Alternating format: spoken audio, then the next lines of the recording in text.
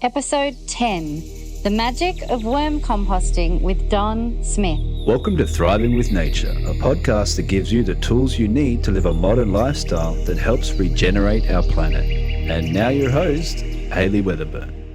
Welcome, Thrivers, to another episode here at Thriving with Nature. I have a very special guest for you all today. We have Don Smith. He is a teacher. I actually first was introduced to him. I did soil advocacy training at Kiss the Ground just recently, and he has a plethora of knowledge when it comes to soil, microbes, worms, all the good stuff. And so Don has kindly come on to share some of his information with all of you Thrivers out there. I'm going to read the professional little bio. He's a speaker, teacher at the Kiss the Ground, student of regenerative agriculture and regenerative lifestyles. His talks are engaging, inspiring, and filled with viable solutions to the world's largest problems. Welcome, Don. Wow. Thank you. Thanks for having me. It's so awesome that you're here. You're such an inspiration during the soil advocacy training that we just finished. I think it was 7 weeks. Every time we had our Q&As with you, you had so much wisdom and knowledge and passion about all things soil and all those tiny little microbes and worms. Yeah, it's such an honor to have you here. Yeah, well, you know me, never pass up an opportunity to speak about worms and microbes. So I wanted to introduce the listeners a little bit about why you're so passionate about soil and all things inside it, and worms as well. Okay, well, boy, soil is amazing. It's basically the most important thing, I think, for people to get that they don't really understand is that it actually holds carbon, and everybody's talking about we've got too much carbon in the atmosphere, and there's all kinds of ideas about how to get it out of the atmosphere. We're going to get these giant vacuum cleaning sucking machines. We're going to spread iron shavings in the ocean. We're going to launch big umbrellas up into space to shade the sun, like all these crazy high-tech ideas. And the reality is that we can actually use nature's 500 million years of testing and research and development called photosynthesis and actually move that carbon out of the air into the soil and actually store it there if we start taking care of our soil instead of treating it like dirt, because that's basically what we do. We've been treating our soil like dirt. And it's a living organism. It's the skin of the earth, and it's just as alive as you and I. And we depend on it for our sustenance. And why are we trying to poison it? It's ridiculous. So anyway, I get excited about soil because it's a solution to climate change that it's part of a solution to climate change that most people are unaware of. And we have to raise the awareness. And that's what I'm super excited about, is getting people to go, oh my God, soil could save us. Exactly. And I think that's what I got out of the soil advocacy training. We start off feeling helpless with this climate change. And then once, everything that you and Finian shared, that it gave us hope that actually if we just step back and nurture this living organism of soil, that not only can we help heal ourselves through how it's going to put in better nutrients to the vegetables, but also suck down that carbon in such a natural way. I know it's so funny you hear about people, let's build a machine that can suck in the carbon when the trees can do that. Right. Yeah, it's pretty fascinating that they're trying to, engineer their way out of it when we actually can fix it already with following natural principles. And anyway, yeah, it's super exciting. Something you said that I might get you just to explain for those people who haven't maybe listened to a couple of the podcasts before, because I've obviously through our advocacy training, I've been sharing a little bit about what I've learned, but you mentioned you kind of differentiated soil and dirt. And so some people might not know that there's actually a huge difference. Why is soil different to dirt? Yeah, we kind of go through that in our class a little bit. It's just when we talk about dirt, dirt is dead. There's no organic matter in it, and there's no living or dead organic matter left. It's just really the sand, silt, and clay, which are the base components of soil that everybody thinks of. And then you've got, the air and water, but the really important part is this organic matter. And so typically we've done such a bad job of taking care of our soil that we've turned a lot of it to dirt. We've removed almost all the organic matter. Most of the farming, at least in California, is down to about 1% soil organic matter. It's hard to get less. We have managed to do that, but it's hard to get less than that just because some of it is really hard to get rid of. But we've done such a good job because soils have had, 10, 20% soil organic matter, which is crazy high. But we've depleted that dramatically. So we've basically, been stealing from the piggy bank. And, we've done that with water, we've done it with soil, and we could actually be farming in a way that builds that soil organic matter level and takes dirt and turns it back into functioning soil again. Yeah. So that's, it's such a differentiation as I started to learn, because I've always loved nature and I've always had some pots and, plants in my house, but I didn't know that there was life inside the soil and how that could actually differentiate whether your plant lives or dies. Because you could thinking you're putting your plant in such a beautiful soil, but it's actually dirt with a bit of water in it and wondering why it dies. This is such a key thing. And so the organic matter you talked about, there's the soil food web, amazing living organisms. So bacteria, fungi. Can you list sort of what the life is that's inside the soil? Well, sure. I mean, it's mostly things you can't see. I mean, you could talk about earthworms and things that you can see, but it's all the little things that you can't see. So in a teaspoon of soil, they'll say there's more living organisms than there are humans on the planet. Amazing. In a teaspoon of healthy soil. There's mycelium, or fungi, I should say. So forms of mushroom strands.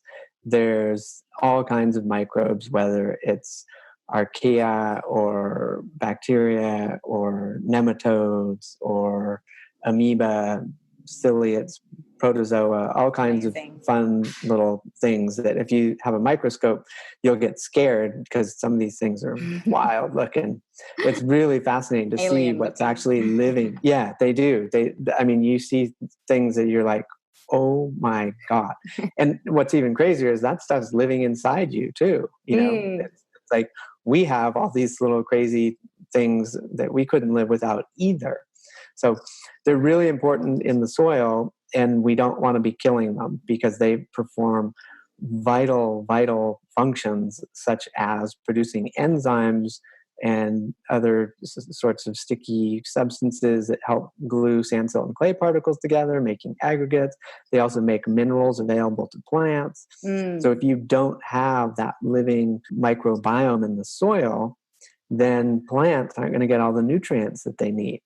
And so that's kind of the thing. And you need this source of this organic matter if it's either living or dead, but it's also food for other microorganisms and on up the food chain, as you will. So I was going to say, so that's something that I learned is plants cannot absorb nutrients straight from the soil, right? You taught us that it's that microbe world universe that helps shift and change or turn the soil nutrients into plant soluble nutrients so the plants can actually get the nutrients, right? So it's such a key. Yeah, there's some really crazy stuff out there as to how a nutrient actually gets into a plant. And there's people that are saying, oh, well, you can do this hydroponically, or I can just pour a nutrient solution on and the plants will soak it up. It's true. They will, but the question is, how healthy will the plant be? Is it able to absorb all the nutrients just because you put it out there? Can it actually get into the plant? Is it really in a plant available form, or does it need some microbe to help that transition? And what they find is that you can only get to a certain level of plant health if you don't have all this biology present. Yeah. And that's kind of that's the really important part. We haven't been able to simulate what nature's spent, hundreds of millions of years figuring out, we still are so primitive and trying to figure out, oh, we can do it better. And that's the hubris of man. I always say man. Exactly. Well, it's interesting. And this brings me to the precipice of what I wanted to talk about today is the vermicomposting or worm composting, because, as humans, rather than trying to be the chemists and trying to work out how we can get it into the plant, if we, like you said near the beginning, we nurture this soil life in a way so that it just does and functions the way it is, the plants will be healthy. And one of the things I think for me is discovering about sort of worm composting, and it sort of solved two problems for me. I'm trying to become more zero waste here in my house. Mm-hmm. And the biggest waste, like I have a recycling, I have paper, I have plastic and metal, I have all that recycling. But the biggest waste that was coming from me was my food waste from my salads and all my food. And so I was like, how can I solve a few problems more than one? And I thought vermicomposting, because I can use the waste and I want to build a veggie garden, but I want to have really good soil. I live here in Bali, Indonesia, and I can't always guarantee that the compost I get from the local garden place hasn't been built with products that have had chemicals or things put on it. I can't really know that just because of where I am. And so the worm composting sort of came in, and it was a complete, blank space in my brain of how to do it. And so YouTube was a great source to start with. Yeah. And so I started off with, I'm just going to share my screen. Oh, actually, no, before I do that, what I learned was so that there's earthworms. I have the red wigglers. I know there's different types of worms, I think, composting. And so the worms themselves, how do they connect? What piece do they play in this soil food web in regards to the relationship to the microbes and what they do, inside the soil? That's probably a key part here before I go in and show you pictures. Yeah, sure. So in... there's different forms of earthworms. There's literally thousands of different species of earthworms, and they live at different levels in the soil. Some are up on the surface layer, and that's usually what people have for composting worms. Okay. So Asenia fetida and Andreae, I can't remember how to pronounce it right, but those are the two main ones that people use. But really in the soil, there's other ones that go much deeper. Wow. And all of them are key. And what we find currently in most of our farming operations, where we're applying lots of chemicals, both as fertilizers and as insecticides, herbicides, fungicides, etc., are killing off the microbial population, which is really what the earthworms are eating. So it's important, like earthworms are a sign of really good soil health. So if you have a really healthy soil and you take a square foot of earth, you should find, this is like USDA statistics for how healthy is your soil. Okay. You should find at least 25 earthworms in there. And I go out into organic fields all the time and I take a shovel and I can't find a single earthworm. Wow. Which is pretty sad because that's where we're growing our food. And you would think that this farmland that's organic would be, at least have, 10 earthworms a square foot, but literally you can't find one. And then when you go to conventional non-organic, you definitely can't find any. And that's really shocking when you look at the scale of what we're doing. So they feed on the microbes. They will feed, they're definitely, if you look at where plants and plant roots are, which around the roots of plants, you have a lot more microbes because they're pumping out the exudates in the form of sugars, which the microbes are thriving on and trading nutrients for. That's where you'll find your most of your earthworms. They're not there eating the roots. They're there feeding on the microbes. But the most important part of that is that as they eat these things, their poop is amazing. So what goes in the front end of an earthworm and what comes out the other end, completely different substances. And they've shown so many different tests where the poop is not only, it's like a plant growth hormone, but it also acts as a protectant it stops all kinds of other pathogens that might be harming a plant. Wow. So they've done amazing work with just taking a simple a extract. So they put some vermicompost in water, very little vermicompost, and mix it in with a lot of water. And then, so that super diluted stuff, and they put that on as a seed drench before the seeds go into the ground.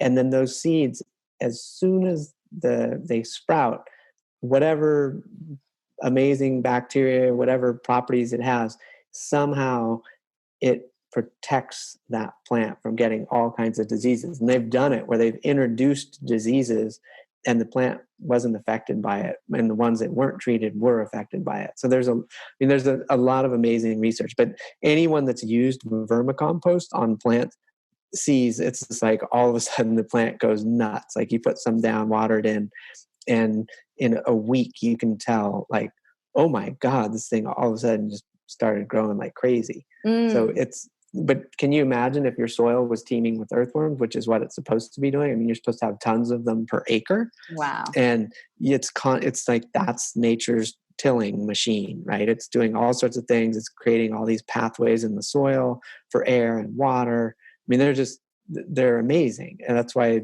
Darwin was so, he was like giddy with earthworms. And it's easy to get that way once you see how important they are in the ecosystem. Yeah, I can certainly feel. It's funny. I never thought I'd be excited about worms. It's definitely not there wasn't in my plan of my life of being excited about worms. And now I'm proudly showing my bathtub of worms to whoever wants to listen. But yeah, so coming back to, so for me, I put my vegetables on there. And so you're saying those worms will eat the microbes that are on the rotting food? So they're not necessarily eating the food? Is that sort of how? Well, that's what I've been told. And I've seen all sorts of science that says that. But having said that, I've also observed, because I've fed a large amount of worms in my life, I've observed certain things that certainly look like the worm is definitely making a trail through that melon. And it's hard to believe that it was just eating the microbes, because there's a path that looks exactly like the worm. So it's like, not totally convinced that they're only eating microbes, but they could be. I mean, somehow they're processing the rest of the food as if it were soil or something. But I have seen tracks through carrots and melons and stuff. So it's kind of interesting. So, but generally speaking, they are mowing down on the microbial population. And so, because I noticed it when I started learning about this, and I had my little bucket system that I created, because you can create something. This is why I love it, is the fact that you can kind of create life in soil just in an apartment on a balcony. And it's a great way to compost if you don't have, a compost. So it's a great option for people who don't have much space, I think. But I noticed when I started pouring the tea, I have some pots up along my wall where the soil was just compact and dead. And so I started to water that. I obviously covered the soil. That was the first problem. And then the second was to start inserting the worm tea that comes from these composts. And now the plants are vibrant. The soil is starting to become less compact. And so that's so there's microbes in that worm tea, right? I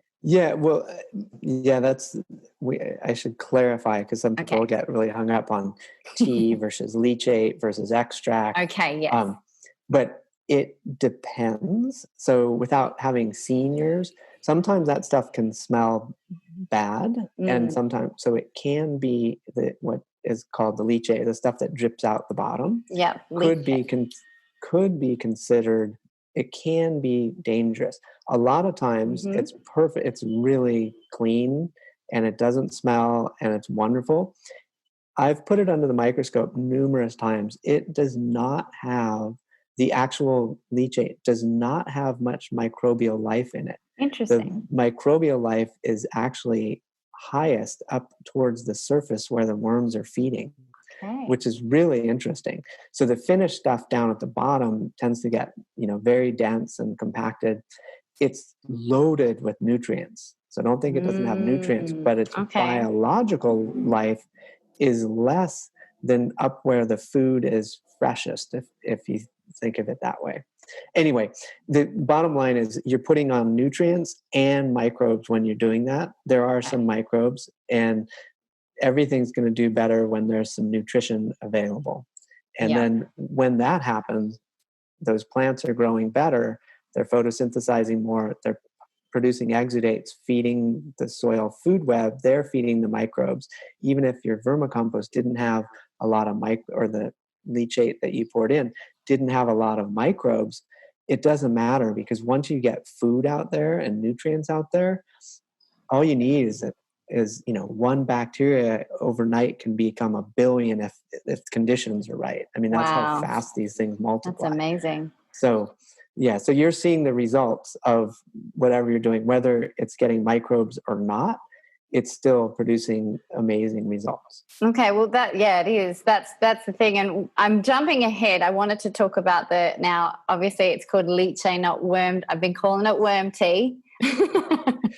A lot of people do. So it just depends on who your teachers were and what, the stuff that drips out the bottom is considered leachate. Tea is actually something you have to brew. And then if you make something called an extract, you could take the finished vermicompost, add a bunch of water to it. And then if you're not going to brew it, meaning that you're actually aerating it, etc., but you just mix it up immediately and then you pour it out. So that would be considered like an extract, if you will. Right. Well, what I've been doing, I'm jumping ahead again, I'm going to come back. But what I have been doing is I've been aerating the leachate for a while. Would that attract the microbes, good microbes? I couldn't say without knowing without seeing it under a microscope. So. Yeah. Okay. So coming back to, because one of the things, there's an amazing documentary, if you haven't watched it, called The Biggest Little Farm. I'm sure you've seen it, Don. Yes. It was like, I love it. I've seen it a couple of times. And in that, one of the very first things they did was build a state-of-the-art worm farm, worming compost, where they had like a huge meters long, foot long, depending from where you are around the world, feet, like, I don't know how big it was, but it was huge. It's 40 feet long, which is about 12 meters, maybe 13 meters would be approximately right. 13 meters. Yeah, and it would have had, I don't know, millions of worms inside there. And then they were then creating they were aerating. Now I'm confused. They were making a tea, yes. They were making a tea. So they were taking that vermicompost and then putting it into a big industrial tea brewer. So not necessarily the leachate, but the actual vermicompost. Yes, the actual compost that comes out the bottom. That's a big flow-through system. Yes. So flow-through means that you put food on the top and you harvest it from the bottom. Right. Whereas I don't know what type of system that you have. There's many different types of worm systems. Okay. So most commercial people use a flow-through. Well, I shouldn't say that. Some use a flow-through system where you feed it on top and you harvest from the bottom. And others do windrows, where they just put a pile of food down in a long row and the worms live in that big pile. And they can keep feeding one side of it, and then the worms will move to the side, basically. And then they can harvest off the side that hasn't been fed for a while. Yeah. So there's many different ways to do it, but I'm a big fan of the flow-through system, but it's a lot of infrastructure. Yeah, it's not your kind of thing that, mom and dad can do in their apartment. Yeah. Well, actually in Australia, they have, it's either Australia or New Zealand that has a really nice bin that you can do that is a flow-through system. Oh, and wow. they cost like $400 or something, but it's actually a pretty slick setup. Do you know what the system is called? I was going to say, do you know what that system is? I'd have to Google it. No, that's fine. We can Google. I'll Google Australia worm farm. I'll vote that it's from Australia. It's either Australia or New Zealand. I just remember shipping was expensive because it's not made in the States. Right. Oh, right. Okay. So, wow, I'm learning so much already. Because I bring up the Biggest Little Farm because their soil was highly, highly compact. And the very first thing that they did was they integrated And to me, it was they were spraying, a quadrillion, gazillion microbes all over from this tea that they had brewed into their irrigation system, which my understanding was, I guess it's the nutrients would have been coming in as well as the microbes that would have been growing through that. Yeah, so I believe they were also using compost. So it's kind of a mix of where you have compost, which typically will have more microbes than the finished vermicompost, but you're still getting nutrients, trace nutrients, and then also all the cool stuff that happens in the worm poop, which would be like plant growth hormones and all sorts of things that help plants stay healthy. So all kinds of crazy compounds that get formed in that process. And then so when you put that out in, via the tea, you're basically inoculating, you're enabling all kinds of cool stuff to happen and waking things up that might have been dormant, or increasing, pore spaces and water infiltration as things improve by getting better nutrients out there. Yeah, wow. Yeah, it's so fascinating. It was really exciting. So of course it excited me. And so I built my first one, which I'll show you for people. Let me just share my screen. So you built one you didn't buy one. You made your own. I built it myself. You should see, actually that's the bath, but let's go to the bucket system. Oh, wow. So these 3 buckets. Simple. Yep. Yeah. And I drilled holes in the bottom and then also along the side, you can see, because to make sure they didn't completely suffocate them. And I'd put some, from what I would understand is and underneath at the bottom of this, I would have something that would catch the leachate. So I had the worms in, I managed to, my friend who has worms up in Imas Hitam, that's a farm, she gave me some worms, and so I put that there, and I actually put it at the time I put it with a little bit of compost soil just so there was some nice stuff, and then I started putting the food on top of that. But I think what I needed to have was some kind of bedding. It's funny, I watched Jeff Lawton, and then I also watched Costa. He's another guy in Australia. I don't know if you've ever heard of Costa. He works in gardening Australia. He looks like a big garden gnome. Okay. And both of them, they were doing a bathtub one at the time. One included bedding for the worms, which was like a carbon source of either shredded newspaper or cardboard or something. And that's supposed to be where the worms sleep. And then there was, but Jeff Lawton, he literally just put cow manure and then literally put the worms on top of that. And then he would put the food on top of that. So it was different. So what I found is some of the worms would actually crawl out from the bottom and sort of hang out near where the leachate would come out.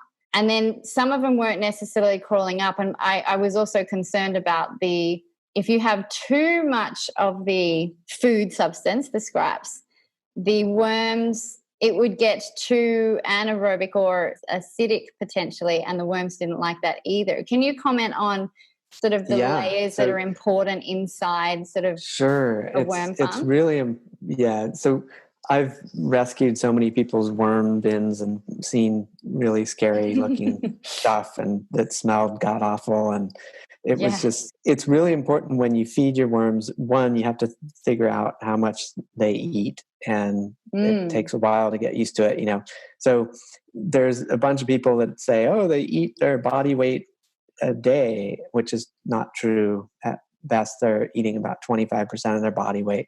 So if you have a pound of worms, they might eat 4 ounces. Sorry, I should be doing it in kilos, right? So, well, we have listeners from everywhere. You have a kilo of worms. You're going to have, to feed them 250 grams of food a day. And do you have to feed them every day? No, you could feed them every other day or every 3 days, as long as there's enough food. The problem is if you try and say, I'm going to put in 4 weeks worth of food, then your food's going to rot before the worms can consume it. And once your food starts rotting, it could go anaerobic and start producing things that are toxic to the worm, like some type of alcohols or anything that smells bad. If your worm bin smells bad, something's wrong. It should always smell good, like literally smell good. Right. And Okay. it's one of those things, like it should smell like really amazing soil. And if you have a bad smelling thing, you need to probably add carbon to it, which would be newspaper, charcoal, brown leaves, but anything that would be able to absorb that. And because basically you went anaerobic and you need to turn it, meaning you need to get some oxygen in it, and you probably need to add carbon because you had too much moisture. It got too dense and started to ferment. And so typically what happens. When you say and that'll turn kill the worms. Yeah, I was going to say, that's one thing I've noticed, how it doesn't smell. I'm plant-based, so I don't even have dairy or meat, which I think is one of the big Most people would tell you not to put those in anyway. Your worm bin. They can be composted, but most people say don't do that. But generally, like the main things you don't want in there are glass, plastic, and metal. So what are the maybe 3 key things that a worm bin needs to have so that the worms are happy in there? Temperature is great. It's important. Moisture content is important, and light. So worms do not like light. So you want to keep it in the shade, preferably covered, so that they're not exposed to any sunlight, because they don't really like sunlight. And moisture is really important. They like something that is pretty darn moist, like moister than you think. So approximately an 80%, which is if you had a sponge and it was completely loaded with water, so like when you pick it up by the edge, water's going to pour out. That's like 100% saturation. That would be too wet. You don't want it that wet.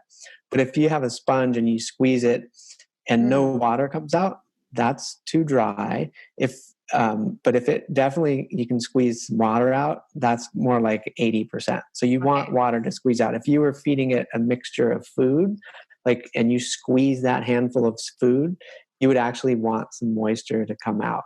Now, see, what I used as a food source when I was doing a large bin was a combination. I would get juice waste from the local juicer. It was an organic juice bar, right? They throw out like 50-pound bags of the most nutritious food around, right? It's organic. It's everything: pineapple, beets, kale, ginger. I mean, all kinds. By the way, worms don't really like ginger, but the microbes eat everything down to fiber. But generally speaking, everything that was in there was just amazing worm food. And then I mixed that with I had another community garden nearby that had aged manure. Like literally it had been cooked for a while. So it was like 160 degrees for a long time. And then they put it through a shredder. So this was like horse manure and stable waste. And this was an amazing product.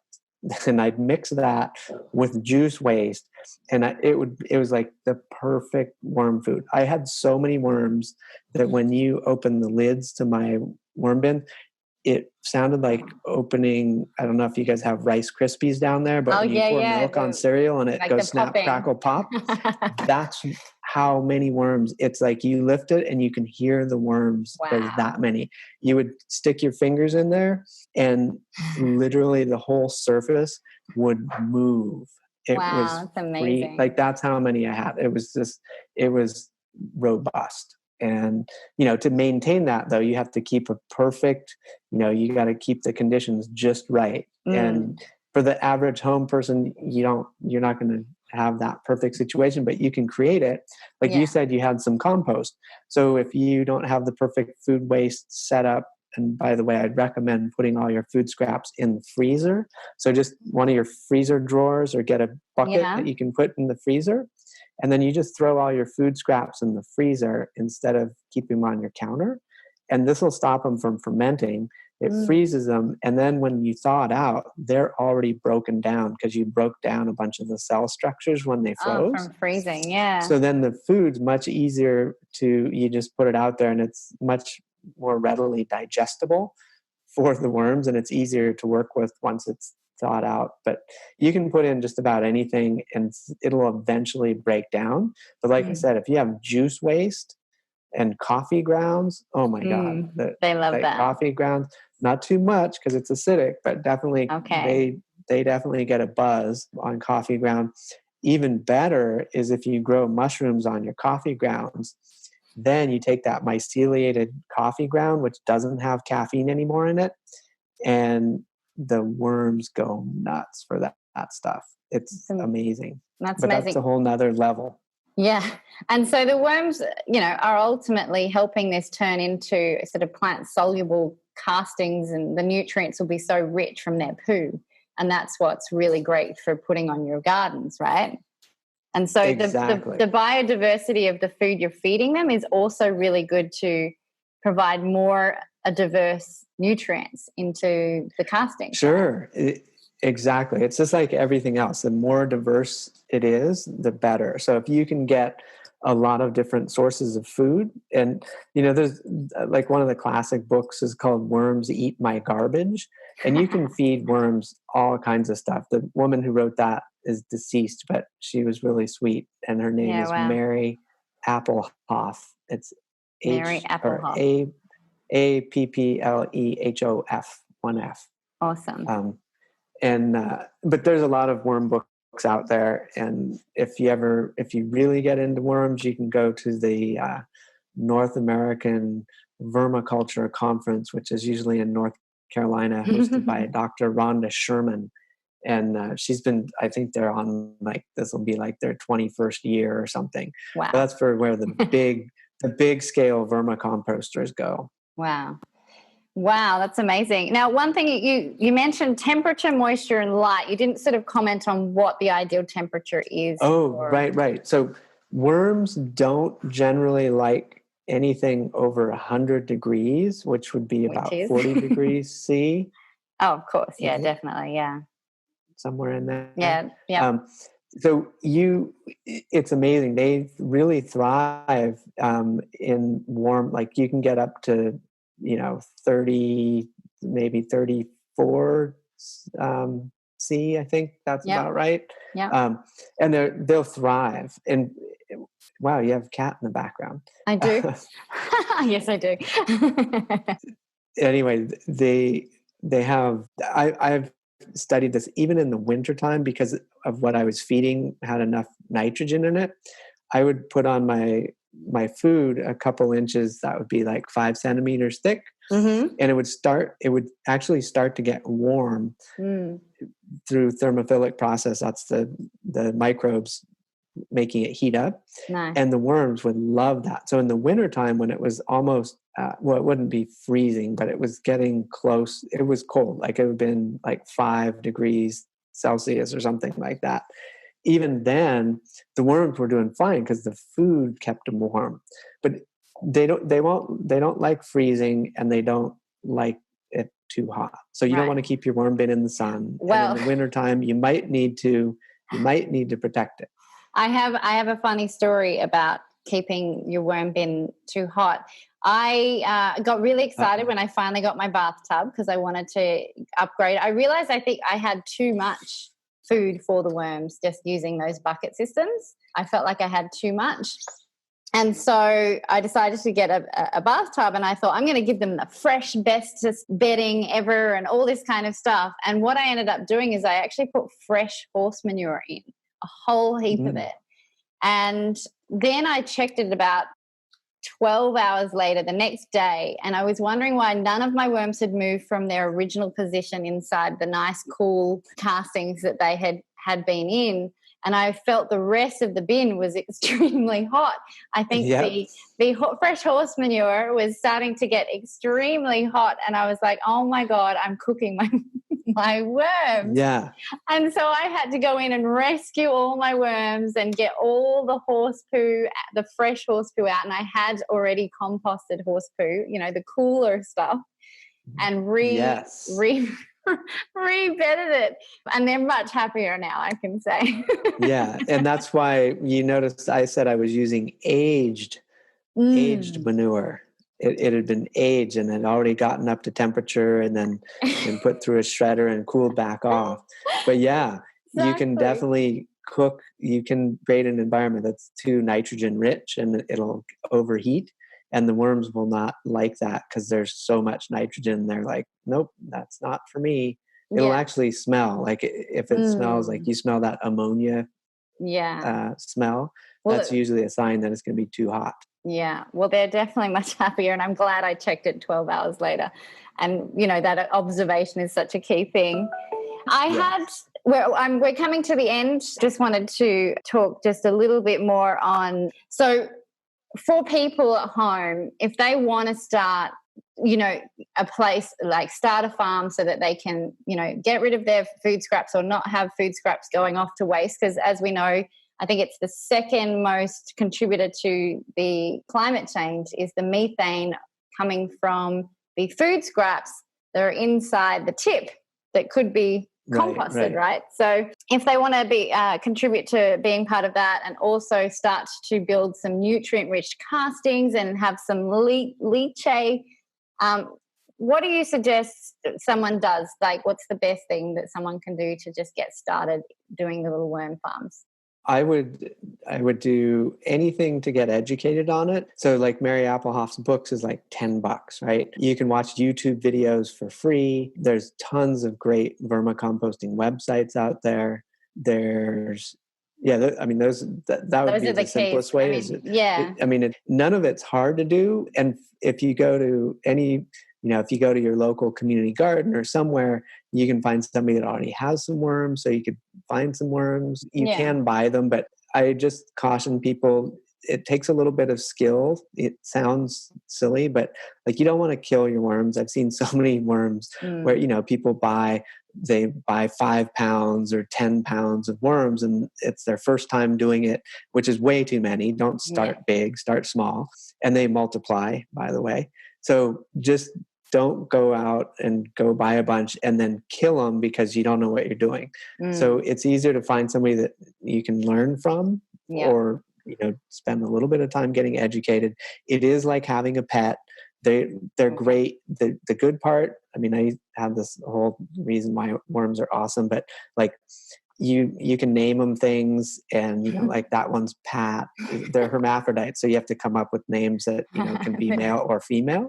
And then when one of them dies, you don't know, right? So you don't ever get sad because they don't make any noise. They don't bark. They don't meow. They don't, you know, they do go to the bathroom, but you don't have to clean up their litter or anything. In fact, you're excited by their going to the bathroom. And so, you know, there's just all sorts of things. You don't have to take them for walks or anything. So it's just, they do make good pets, but they are something that you do have to pay attention to. And if you're going away on a 2-week vacation, you can set it up so that they'll be fine for 2 weeks, not a problem. But just, you know, it's like having a pet. Yeah, exactly. And I found as long as I'm, you know, every couple of days, I'm making sure I lift up the lid and have a look and put my hands in the soil and are they moving? Are they going around? Are they eating? Is the food? So it is something that's constantly have to have in the back of your mind that I've found so far as my novice worm composting grower, vermicomposter. But yeah, they're actually quite easy because compared to any other pet. Yes, definitely. That's awesome. And one last question I forgot to ask was the bedding. Is that a really important thing to have in your worms? Do they need a bed? Yeah, well, there's two, like if you're talking about bedding at the bottom, like some people make sure that there's no moisture buildup at the bottom or there's a drain or something. Usually like large scale vermicomposters, they don't really want excess moisture dripping out the bottom. So they make sure that they get their mix right. And then there shouldn't be a lot of moisture coming out the bottom anyway, if you're doing it right. But the bedding is generally supposed to be up at the top. Right. And that prevents a lot of the little flying bugs and things that could become a problem because it's hard for them to get down to the food. So the bedding sort of shelters the worms. It keeps the light off the worms. It provides kind of a barricade, if you will, for all the little gnats and things. So you can have, 4 to 6 inches of shredded newspaper on top, or you can, well, there you go. You could keep it covered with some cardboard. But yeah, so bedding is not mandatory. Like when I did my larger scale one, there was no what you'd call bedding. It was all the food acted as the bedding, really. And my mix was so good that it didn't attract flies or anything, because it had aged compost and juice scraps, and it was beautiful. It was the perfect food mix, which you can't do in a home one. It's a little harder to get. Yeah, that's perfect. A bit harder. But yeah, okay. So, and it's just always, researching. But I definitely encourage people. It's been an awesome experience just to have my worms. I'm very excited about them. And Don, I just want to thank you so much for sharing all your wisdom. It's so funny. I really wanted to keep talking. There's so much going on, but there's obviously, we've all got to get things, we've all got lives to keep going on. But I just want to thank you so much for your time. And and if anyone's interested in joining the soil advocacy training, Don's one of the teachers. He's phenomenal with Finian at Kiss the Ground. I 100% recommend it. If you're interested in, if this conversation excited you, then 7 weeks with Don and Finian is just phenomenal about what you will learn on the soil advocacy training. Did you want to add anything, Don? I'll just say thanks, Haley. I'm really grateful that you're going forward with your training and getting out and doing great stuff and vermicomposting and getting more educated. Sharing your knowledge it's awesome. Yeah, so, thank you. It is. It's really exciting. And just stay healthy. That's what we're all going around the world right now. Well, stay healthy. Now's the best time to start, building your vegetable gardens and your, staying inside and make yourself more self-sufficient. I did a podcast, I think 2 weeks ago, on how it's teaching us to become more self-reliant. So I think it's a great time to get started. Yeah, definitely. Yeah. So thank you so much, Don. Thank you so much, Thrivers, for listening to this podcast. Thank you. Hey, if you enjoyed listening to my podcast, remember to subscribe to hear more. You also have to come check out the Thriving with Nature website, where all of my videos, podcasts, and resources are to take what we discuss here to the next level and apply it in real life.